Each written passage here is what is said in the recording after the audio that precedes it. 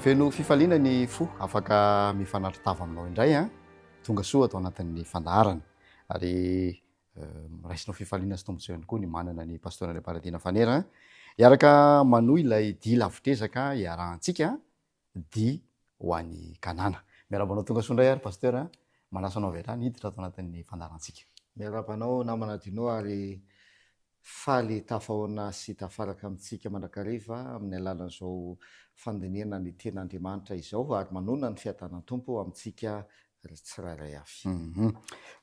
Tamin'ny fiaonantsika farany a dia nisy zana-doa hevitra mahafinaritra ny rahana teto hoe mila mitondra olona isika ary andininy marobe no nanapirofo an'izany a nanomboka tany amin'ny fanandramany Abrahama izany a dia nitoy a tamin'ny fanandraman'ireo mpino teo alohantsika ary mbola hanao mafisany Jesosy mandrakariva zany fitondrantsika namana zany andeha monjy ny tany Kanana.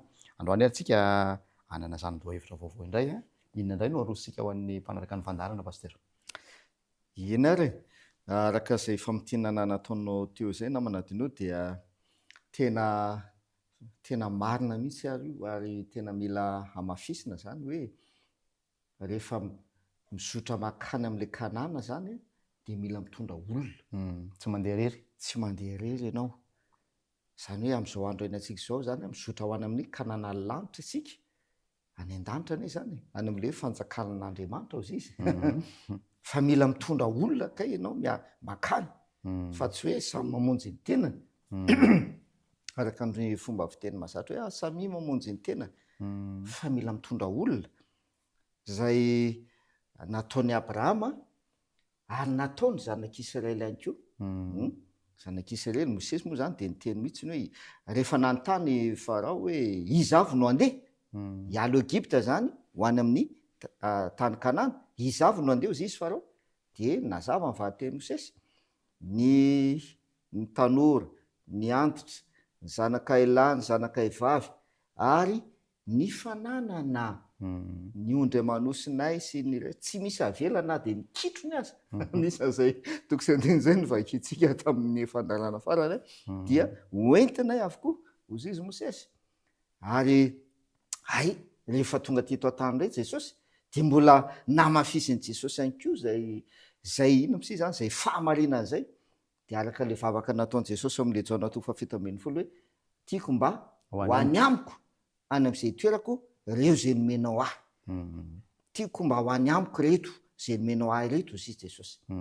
Ary misy ten'Andriamanitra namana dinao izay milaza hoe Jesosy dia rehefa niakatra any an-danitra, rehefa nitsangana tamin'ny maty moa zany no niseho zay voalaza zay toko sy andeha zay dia nitondra baby maro izy hozy izy. Fa milaza moa zany ten'Andriamanitra hoe nisy olona masina zay nitsangana ihany koa rehefa nitsangana tamin'ny maty Jesosy. Izay zany ataontsika hoe manamafy fa rehefa ho any amin'ilay Kanana lanitra dia mila mitondra olona miaraka amintsika. Ary tamin'ilay fandarana farany moa namafisitsika ihany koa ilay resaka hoe ny fananana ihany koa dia hoentina mandeha miaraka aminao, tsy hoe hitondra tomobile ianao andeha ho any na ohatran'izay fa iny nefa nazavantsika hoe amin'ny alalan'ny asa soa mba hanana rakitra any an-danitra ianao hozy izy Jesosy tamin'ilay lehilahy mpanan-karena. Any amin'izay toeran'ny arenareo izy dia any koa ny fonareo. Izay le izy. Fa ndao toizantsika ny fandiniana ary roso mandrakarivo sika zany zao amin'ny dia ho an'ny Kanana. Dia ho an'ny Kanana dingana izay nataon'i Abrahama ary ho raisitsika sy ho tanterahantsika ihany koa ankehitriny dia ndao vakintsika Genesis 12 ny 17 sy ny 19. Genesis 12 ny 17 sy ny 19. Zao no vaky ny teny. Ary Jehova niseho tamin'ny Abrahama ka nanao hoe ny taranako no omeko ity tany ity, dia nanorina alitara teo izy ho an'i Jehova izay niseho taminy. Ary nifindra niala teo izy hankany amin'ny tendrombohitra atsinanan'ny Betela ka nanorina ny lainy teo anelanelan'ny Betela teo andrefany sy Ai teo atsinanany. Dia nanorina alitara teo koa ho an'i Jehova izy ka niantso ny anaran'i Jehova. Misy zavatra anankiroa zany zao ny verina voalaza ny toko sy andininy ireo zavatra anankiroa nataony Abrahama zay ny verina l izy de le hoe nanorona altara izy ao anatin'io toko sy andininy zany zao de efa indroa izy nanorona altara ho an'i Jehova. De zay zany le dingana tompoko zay ataotsika anko rehefa eo an-dalana ho any Kanantsika ankehitriny manorona altara ho an'i Jehova. De fantatsa io zany namanadino haitsika zany satria efa taty aorianany savidrana tsika io fantatsay de aza diny fa inoa rehefa nivoaka ny samy fiara ny zavatra volonataony nanorona altara satsay nanorona altara ho an'i Jehova izy. Fandao vakitsika namanadino ny eo amin'ny andiny fahenina ao amin'ny andiny fahenina Genesis toko 12 ka ny andininy fahenina. Ary Abrahama dia nitety ny tany hatrany Sekema de tao ankazo terebitany More ary ny Kananita no tompo tany Kanana fahizay. Izy izy ny tompo tany Kananita de fahitsika tsara ny momba ny Kananita indrindra ny fivavahan'ny Kananita. Le jerevantsika tany aloha tany le hoe polythéisme Andriamanitra isan-karazany manana andriamanitra maro ny Kananita nivavaka tamin'andriamanitra maro ary nivavaka tamin'ny sampy. De Abrahama zany rehefa nakana amin'ny tany Kanana zay Kananita no mponina tao fahizay ozy izy ary nanana ny fomba fivavahany le mponina tao ny Kananita zany zay natonga ny Abrahama rehefa tonga atao amin'le tany Kanana nanorona altara izy. Zany hoe nampiseho zany izy tamin'ireo mponina tao reo fa misy Andriamanitra fa ny Andriamanitra zay vavahany ny tena Andriamanitra fa tsy nanaraka ny fomba fivavahana sy ny fanaon'le Kananita. Tena afatra lehibe ny namanadino ny sevimbe zany le hoe nanorona altara ho an'i Jehova Abrahama zay mampiseho fa le Andriamanitra zay ivavahany no tena Andriamanitra ary mampiseho anko zany izy fa mivavaka amin'Andriamanitra. Ndao idirantsika kely ny zavatra niseho tamin'ny zanak'Israela re. Inona ny zavatra niseho indray tamin'ny zanak'Israela zay niala tany Egypta andeha ho any amin'ny tany Kanana. Mba tahaka ny zavatra niseho tamin'ny Abrahama nisy ifandraisany ve lay hoe nanorona altara i Abrahama rehefa nitonga tany amin'ny tany Kanana nanorona altara ho an'i Jehova izy. Zany hoe nivavaka tamin'Andriamanitra izy zany nanao fanompoam-pihavana tamin'Andriamanitra niantso zay le voalazony amin'ny andiny fahavalo niantso ny anaran'i Jehova izy ozy izy niantso ny anaran'i Jehova i Abrahama. Ndao vakitsika eo amin'ny Exodosy toko 5:1 makasika ny zanak'Israely indray ty zany. Exodosy toko 5 ka ny andininy 7 zao ny vaky ny teny. Ary hoy izy roa lahy, Andriamanitry ny Hebreo efa niona taminay koa traharantitra ianao aoka andeha lalan-katelona ny anefitra izahay hamoany zavatra atao fanatitra ho an'i Jehova Andriamanitray. Fandraho izy amely anay amin'ny arety mandringana na amin'ny sabatra. Ina le zavatra ho ataon'ny zanak'Israely rehefa tonga any amin'le tany Kanana hialo Egypta dia ho any anefitra andeha lalan-katen'olo. Inona ny zavatra ho ataony? Hamoany zavatra atao fanatitra. Altara zany. Zay. Anao fanatitra. Satsy tahaka nataony Abrahama. Mahafinaritra be izy ty. Rehefa niala tao hialo Egypta ny zanak'Israely anisan'ny antony nialany ao Egypta dia ny hanao fanatitra ho an'Andriamanitra. Zay andeha lalan-katelony zay izy dia mony zavatra atao fanatitra ho an'i Jehova Andriamanitray. Ndao aly jerevantsika ary mahaliana be inona ny zavatra niseho. Exodosy toko 7 ny andininy 1:20 ka hatramin'ny 4:20. Exodosy toko 7 ka ny andininy 1:20 hatramin'ny 4:20. Ary Farao napaka ny Mosesy sy Arona ka nanao hoe mandehany ianareo hamoany zavatra atao fanatitra ho an'Andriamanitrareo eto amin'ity tany ity. Hatreo aloha.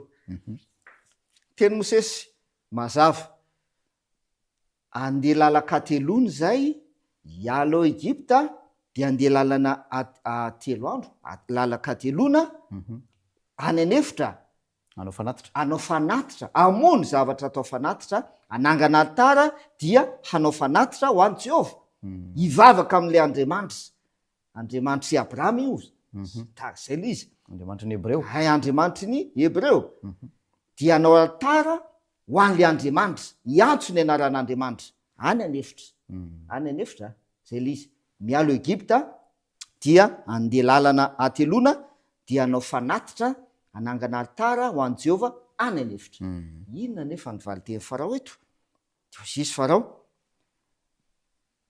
mandeha any ianareo hamono zavatra atao fanatitra ho any Andriamanitrareo zao zizy eto amin'ity tany ity izy aiza le eto amin'ity tany ity eto Egipta mandeha any nareo afaka mivavaka nareo afaka manangana altara nareo afaka miantso ny anaran'i Jehova nareo fa eto Egipta aza miala eto Egipta ndaovaka itsika ny toyna ary ahoana mba toyna ary andininy 20 sy manaraka Exodosy 9 ka ny 20 fa hoy Mosesy tsy azo atao izany fa izay fadin'ny Egyptianina no vononay atao fanatitra ho an'i Jehova Andriamanitray koa indro raha izay fadin'ny Egyptianina no vononay eo masony atao fanatitra mo tsy hotorahany vato fa izay andeha lalaka telona any anefitra izay dia hamono zavatra atao fanatitra ho an'i Jehova Andriamanitray araka izay ho lazainy aminay ary koa Farao izaho dia andefanareo ihany mba hamono zavatra atao fanatitra ho an'i Jehova Andriamanitrareo any anefitra fa any ataoko aza mandeha lavitra loatra ianareo dia mangata ho aho mba tena mampieritreritra le toejavatra sio miresaksika zany zao amin'ity dingana ity dia le hoe manorina altara mila manorina altara ho an'i Jehova zay zany le izy raha fitina namana tenao mila manorina altara ho an'i Jehova tsika amin'izao diatsika ho an'ny Kanana izao dia mila manorina altara ho an'i Jehova ianao misy atokantrano mila manorina altara ho an'i Jehova mila manao fanatitra ho an'i Jehova zany hoe fanompoam-pihavahana ny tiany olazay miantso ny anaran'i Jehova miantso ny anaran'Andriamanitra mivavaka amin'Andriamanitra i Abrahama niala tany a Babilôna izy dia nakany amin'ny tany Kanana ny Kananita mponina tao nanana ny fomba fivavahana fa rehefa tonga tao amin'ny tany Kanana izy nanorina altara ho an'i Jehova izy teo amin'ny tany Kanana sady zay zanak'Israely tao Egipta nanana ny fomba fivavahana Egyptianina haitsika zany mivavaka tamin'ny masoandro mivavaka tamin'ny ombilakely volamena sisisa Andriamanitry ny Egyptianina daholo reny dia mila mialo Egipta mila mialo anatin'izay fomba fivavahana izay ny zanak'Israely dia andeha lalaka telona ho any anefitra dia an'olona altara ho an'Andriamanitra anao fanatitra ho an'Andriamanitra hiantso ny anaran'Andriamanitra hivavaka amin'Andriamanitra zavatra voalohan'ny teneny Farao aza mialo Egipta eto amin'ity tany ity ihany eto ihany nareo no mivavaka eto ihany nareo no mamoa zavatra atao fanatitra ny afatra ampitaina amin'io namana tenao dia zao fandrika io zay tena tsy tanteraka le ten'Andriamanitra tamin'ny Abrahama hoe mandehana miala sady zay mila miala mila miala mandehana miala dia makany amin'ny tany Kanana dia ny zavatra atao amin'ny Farao nefa tsy mialo Egipta fa ao Egipta mitsano Egipta ihany dia ao ihany no mivavaka amin'Andriamanitra miantso ny anaran'Andriamanitra ao Egipta ny endrika isony zay zany amin'izao andraindratsika zao dia tsotra ihany mivavaka miantso an'Andriamanitra manangana altara ho an'Andriamanitra manao fanompom-pihavana an'Andriamanitra kanefa ny fanao Egyptianina ihany zay tsy miala amin'le fomba fiainanao Egipta tsy miala ny zay tsy miala amin'le satria tao Egipta fanandevozana ny fiainana taony fanandevozana de tsy miala amin'ny zay fanandevozana izay fa ao anatin'ny mbola ao anatin'le fanandevozana de ao ihany no mivavaka amin'andriamanitra am'izao andrainantsika zao fanandevozan'ny fahotana le izy dikan'izay tsy miala amin'ny fahotana fa mivavaka manao fa mivavaka fampivavahana. fotsiny sady tsy mila miala am'zany faratsiana zany ohatra ny fisotrotoka ny faratsiana izy moa tsy mahalala an'zany hoe faratsiana ny fisotrotoka tsy mila miala am'zany tsy mila miala am'zany fa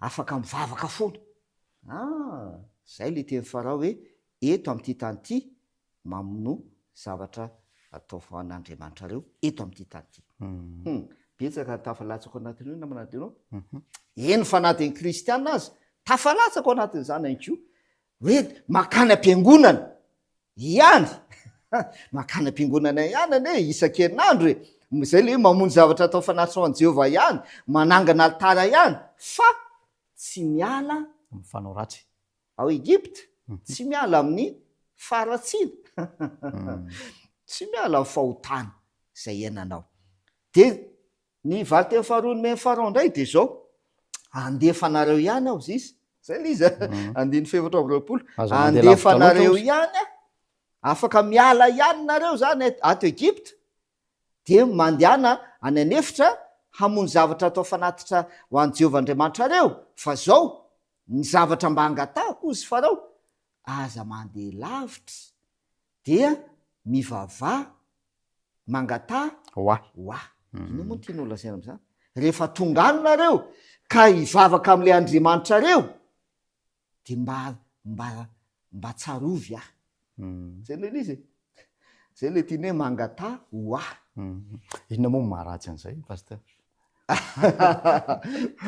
misy evoveriny namanadinao io zany tsy le hoe mivavaka ho an'olona ny tiany olasaina amin'io hoe ohatra zany zao tsika mirahalahy de ianao miteny hoe afaka mba mivavaka ho avy ianao paster tsy izay io fa azadiny fa farao de mampiseho an'ny satana farao zay nanandevo ny zanak'Israely zay de rehefa nafan'Andriamanitra ny zanak'Israely ka hanompo an'Andriamanitra any anefitra tokony hifantoka amin'Andriamanitra izy tsy tokony eritreritra ny farao intsony le nanandevo anazy tany Egypte zay ny io asainy tsarovana indray izy zay rehefa anynareo de aza dino ahy mba tsarovy ihany andraindray le olona le nanandevo anao io zay le izy zany hoe miverina tsy indraindray amin'ny fahotana ny tiano zay le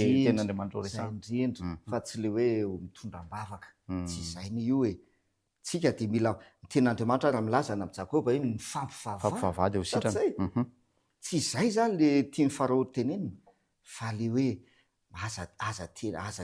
aza foy le fahotana le Egypte le aza foy le ary zay ne natonga namanadinao mahabetrehitra satria zanak'Israely ane rehefa tany anefitra natsiaro ny tany Egypte ny tongolo sy ny sakafo matsiro rehetra ny fiainana natsiaro ny fiainana tany Egypte ane zareo Andriamanitra nanome sakafo anazy sakafo avy any an-danitra mihitsy no nomena azy fa tsy mila matsiaro ny sakafo ny Egypte atsony zay nohanina tany amin'ny fanandevozana zay niainana tany amin'ny fanandevozana fa efa sakafo hafa mihitsy sakafo ny lanitra no nomena fa mbola natsiaro any Egypte foana zay le tiany farao io hoe mba mangataha aza mandeha lavitra hatramin'ny pyramide aza atao an-tsaina hoe nay anie zahay mba maty tany Egypte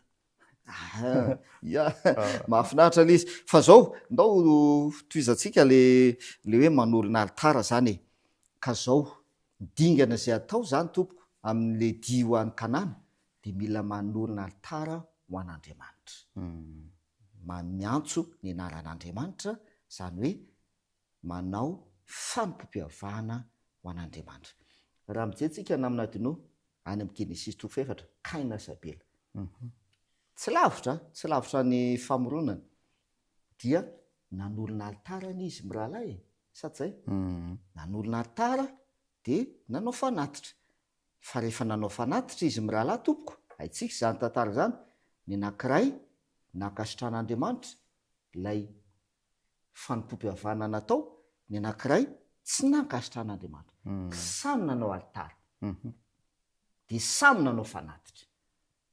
Eo zany tsika mila mandinika re havana malala ary mba tsy hahatonga antsika ho voafitaka amin'izao andro faran'izao raha mieritreritra ny ho tonga ny kanantsika ka hoe mila manorina alitara, mila miantso ny anaran'Andriamanitra de tsy mila matsiaro an'ny Egypta intsony fa tena mialo Egypta mihitsy.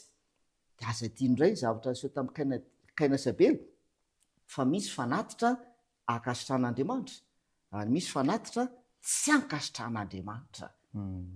Io zany tsy hoe rehefa mivavaka rangahy de efa mety zay izy zay lena izy hoe rehefa mivavaka fotsiny de efa izy tsy aza dino ny Kaina sy Abely.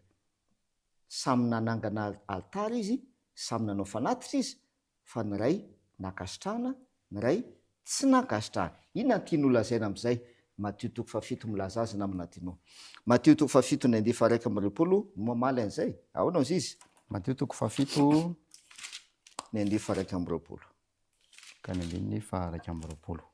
Zao ny vaky ny teny: tsy izy rehetra manao amiko hoe tompoko tompoko no hiditra amin'ny fanjakan'ny lanitra, fa zay manao ny sitrapon'ny raiko zay any an-danitra. Io ny olana tamin'ny Kaina. Io ny olana tamin'ny Kaina. Sitrapon'Andriamanitra. Zay.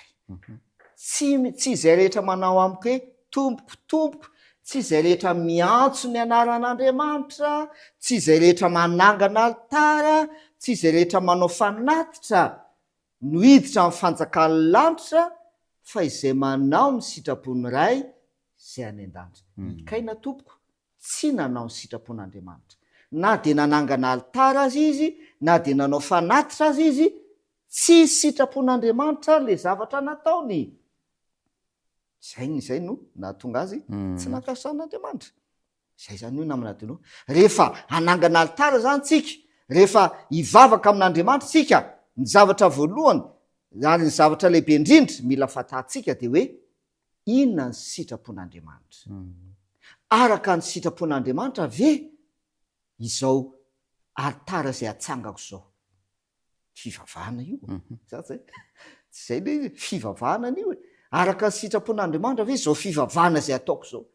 Araka ny sitrapon'Andriamanitra ve izao fiantsona ny anaran'Andriamanitra zay ataoko zao? Zay le izy. Ndao faraparana antsika ary. Ao amin'ny Hebreo 7:1-20 de milaza izy ny amin'ny hoe fanatitra. Satria zay zany le nataony zanak'Israely andeha lalakatelona hanao fanatitra, hamono zavatra atao fanatitra ho an' Jehovah Andriamanitra. De ndao mba avakitsika kely Hebreo 7:1-20. Hebreo 7:1 ka 1:20. Fa aza manadino anao soa sy hiantra, fa fanatitra toy izany no sitrak'Andriamanitra. Zay le fanatitra. Le fanatitra zany voalohany aloha zany tamin'ny andron'ny Abrahama, tamin'ny andron'ny Kaina sy Abela, tamin'ny andron'ny zanak'Israely, biby le nivonoana atao fanatitra zay tandindon'i Jesosy. Sady zay? Tandindon'i Jesosy. Ary zay no olan'ny Kaina, satria tsy biby ny nazo no natao fanatitra. Dia tsy mety satria Jesosy no aseon'le fanatitra. Fa miaraka amin'izay ny hevin'ny faharoan'le fanatitra io aza manadino ny hanao sosi hiantra, fa izany no ino izy? Sitrapon'Andriamanitra. Fanatitra. Sitrak'Andriamanitra. Fa fanatitra toy izany no ry havana malala mifandray tamin'le fandalarany teo aloha sady zay le hoe rakitra soa any an-danitra. Entina any ny fananana. Zay. Aike zany ny fomba anaovana le fanatitra zany zao dia voalohany aloha le fandalantsika tamin'ny farany entina hanompoana an'Andriamanitra. Zay le izy, entina hanompoana an'Andriamanitra le fananana, satria io reo biby reo no nanaovana fanatitra, no natao fanatitra sady zay. De zay zany no fampiarana azy amin'izao andro eny antsika izao.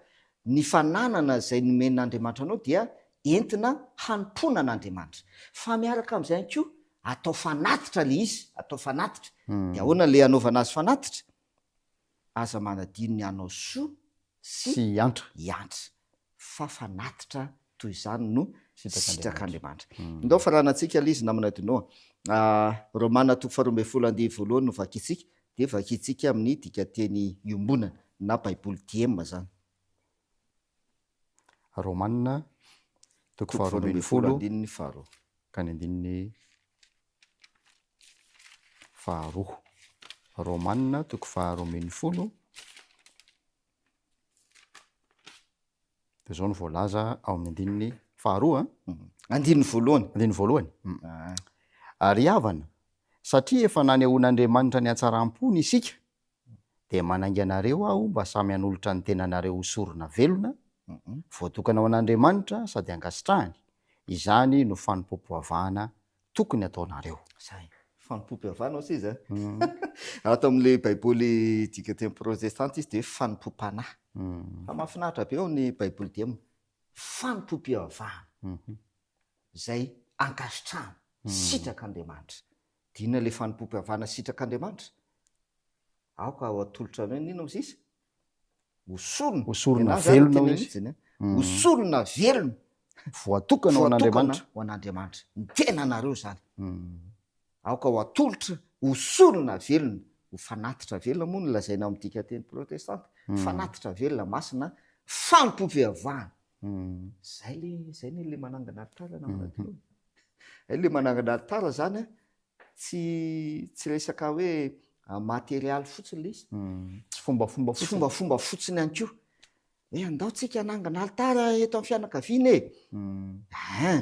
zay zany endrika anankiray zay hoe manao fanompoam-pivavahana ny fianakaviana fa ny tena atao zany ny tenanao mihitsy no atolotra ho fanatitra, ny tenanao mihitsy no atolotra ho solona velona fanompoam-pivavahana sitrak'Andriamanitra izany. Eny ary faraparanantsika le izy le dingana hoe manangana alitara zay zany le dingana manangana alitara. Aiza manangana alitara? Any amin'ny tany Kanana, tsy eto Egipta, tsy ao Egipta. De aza mieritreritra koa zany ianao hoe rehefa any an-danitra zany vao hivavaka satria zay mahatsara le hoe Kanana ny lanitra de any zany vao manangana alitara fa tsy zay ke le heviny fa tsika kay zany zao le Egipta lazaina io Egipta ara-panahy zany zao tsy geografika fa tsy resaka ara-baky teny tsony na ara-jeografia fa Egipta ara-panahy de tsyna fa ny fanandevozan'ny fahotana de mila mialo ao Egipta isika, mila mialo anatin'izay fanandevozana zay dia manangana alitara, manao fanompoam-pivavahana ho an'Andriamanitra, manao fanatitra.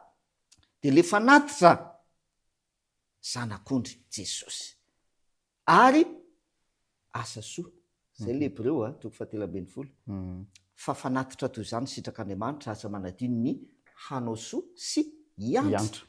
Ary le fanatitra eo am'izay le Romana 12 fanolora-tena tenanao atolora ny tenanao ho solona velona fanompoam-pivavahana sitrak'Andriamanitra. Ndao faranantsika amin'ity tokisy andininy anankiroa no vakitsika farana. Tesaloniana voalohany 5:7-10 de avy eo faranantsika amin'ny Hebreo 10 ny andininy 5:20.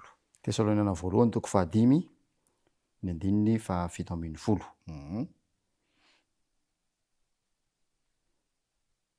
Zao mivaka ny teny mivavaha ka aza mitsahatra zay mazava be mivavao zisy ka aza mitsahatra zay le alitara zany tsy atsahatra ny namana dinoa jereo ny Abrahama jereo avelona ke atsika 2 ny vakitsika 7 sy 9 ao amin'ny Genesis 14 isaky nandeha Abrahama manangana alitara nanangana alitara fanompoam-pivavahana zay isaky nandeha izy de nanangana alitara ny antso ny anaran'i Jehovah zay ke ny amafisiny io Tesaloniana voalohany 5:5 io hoe mivavaha ka aza mitsahatra tsy hanangana alitara tsika rovina isan-kerinandro isan-kerinandro sika manangana alitara na ndraindray za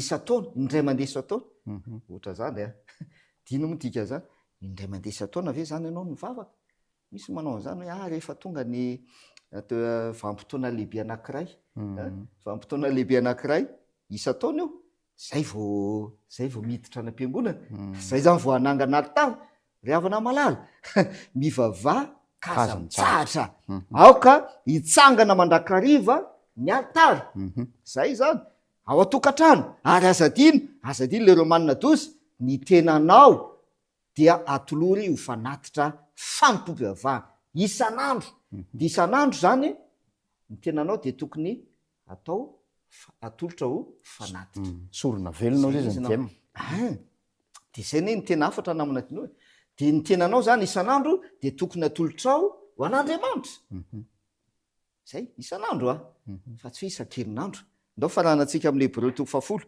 Hébreu toko 10 de vakitsika ny 5:20 de vakitsika DM le izy Hébreu 10:25 Hébreu toko 10 ka ny 5:20 zao ny vaky ny teny 5:20 ao amin'ny baiboly dika teny protestanta moa izy zany dia milaza izy zany hoe mandraso vakiko le dika teny protestanta de aveo vakinao ny dika teny iombonana ozy izy aza mafoy ny farantsika miangona tahaka ny fanaony sasany fa mifananara kosa maika satria hitanareo fa miatombotra ny andro ao vakeo amin'ny DM dika teny iombonana eto Madagasikara Hébreu toko 10:5-20 aza mafoy ny fiarahantsika miangona tahaka ny fanaony sasany zatra tsy miangona mifampirisy kosa isika maika fa hitanareo miantombotra lay andro iavin'ny tompo mahafinaritra ahoana hoe le andro iavin'ny tompo miatombotra hitanareo miatombotra le andro iavin'ny tompo dina tokony atao izy izy ny baiboly aza mafoy ny fiarahantsika miangona tahaka ny fanao sasany zay zatra tsy miangona mahafinaritra zatra tsy miangona ravana malala raha aorinan'ity zao fandinena ten'Andriamanitra zao zany tompoko raha tena voaraintsika tsara ny afatra tokony ho feno foana ny fiangonana satsy zay tokony ho feno foana ny fiangonana aza mafoy ny fiarahantsika miangona tahaka ny fanao sasany zatra tsy miangona raha tena hitatsika fa miatombotra ny fiavian'ny tompo de ionno torevitra zao miny ten'Andriamanitra manangana altara isan'andro ao atokantrano ary indrindra ny tenanao dia atolory ho fanatitra sonona masina fanompoam-pivavahana ho an'Andriamanitra eny are inoko fa voaraintsika izany afatra manandanja izany zay ilana fanapahan-kevitra maika ndao entina mbafaka ary zany afatra izany mba hisy fiantraikany tokoa eo fiainantsika anova tanteraka ny fijerintsika manomboka izao hiaraka ivavakantsika fiaraina sy ny an-danitro misaotra noho ny teninao mazava aminay tompo ny tokony ataonay kehitriny raha nanafaka anay tamin'ny fanandevozany fahotany ianao dia tianao mba hanangana altara ho anao zahay ka hiantso ny anaranao hivavaka aminao hanao fanompoam-pivavahana ho anao ary indrindra hanao fanatitra de tsy na fa ny tenanay zany dia atolotra ho solona velona ho fanompoam-pivavahana ho anao Andriamanitro raha iso izay tompo ary aoka ho tanteraka amin'ny fiainanay ny teninao ho tanteraka amin'ny isatokantrano zany teny zany ka ny tsirairay avy dia anangana altara ho anao isan'andro ka azoto hivavaka aminao mandrakariva satria tena efa miatombotra ny fiavian'i Jesosy amin'ny anaran'ny tompo no angatana mivavaka amen mankasitraka ny faharitanao anaraka ny fandarantsika inonay fa dia mitondra lesona vaovao sarobidy montsika izany ary dia mirary fampiarana ahitana fombiazana ho an'ny isam-batana manapotafare